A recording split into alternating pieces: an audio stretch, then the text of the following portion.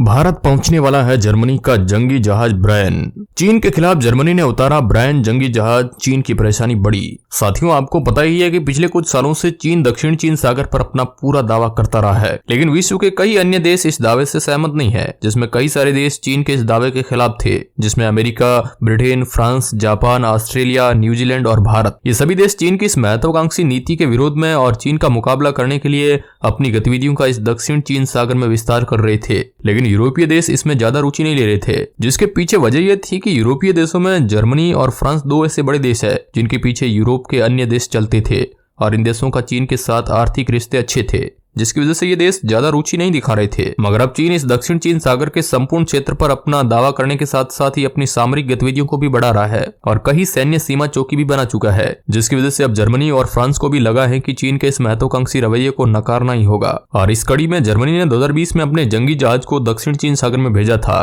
कि वह चीन के इस दावे को नहीं मानता है, ये बात बताने के लिए। इसके बाद अब जर्मनी ने एक और नया कदम उठाया है, जिसमें जर्मनी के हिंद प्रशांत महासागर क्षेत्र को लेकर एक नीति की घोषणा की गई है, जिसके बाद जर्मनी का एक जंगी जहाज ब्रायन भारत पहुंचने वाला है। उम्मीद की जा रही है कि ये ब्रायन 21 जनवरी को भारत के मुंबई में पहुंच जाएगा, जहां वह कुछ दिन बिताएगा और उसके बाद दक्षिण चीन सागर में तैनात किया जाएगा।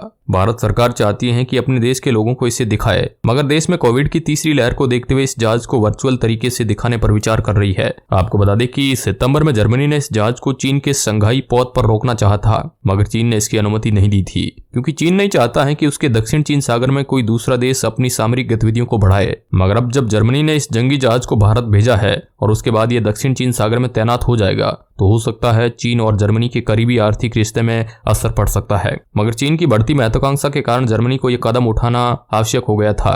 अब इससे जर्मनी और चीन के आर्थिक रिश्ते पर तो क्या असर पड़ेगा, यह तो आने वाला वक्त ही बताएगा। मगर यह बात तो पक्की है कि जर्मनी और फ्रांस के आगे आने से कई यूरोपीय देश भी इसके पीछे पीछे चीन की इस महत्वाकांक्षी नीति के खिलाफ हो जाएंगे, जिससे चीन के नापाक इरादों पर जरूर लगाम लग जाएगी। क्योंकि यूरोपीय देशों में ये दो देश फ्रांस और जर्मनी ऐसे बड़े देश है जिनके पीछे बाकी यूरोपीय देश चलते हैं, और इन्हीं दो देशों के कारण यूरोपीय देश चीन के खिलाफ खोलकर नहीं आ रहे थे। मगर अब जब ये देश खोलकर सामने आए हैं तो भारत के लिए चीन से लड़ना बहुत आसान हो जाएगा और चीन को घेरने और दक्षिण चीन सागर में चीन के बढ़ते प्रभाव और अधिकार के झूठे दावों को नकारने में भारत को काफी मदद मिलेगी। तो दूसरी ओर चीन को अपनी महत्वाकांक्षी इस नीति से पीछे हटना पड़ेगा। साथ ही चीन को यह एक करारा जवाब भी मिलेगा। जर्मनी की इस नीति से भारत को कितना फायदा होगा, आप भी अपनी राय कमेंट बॉक्स में जरूर बताइएगा। जय हिंद, वंदे मातरम साथियों।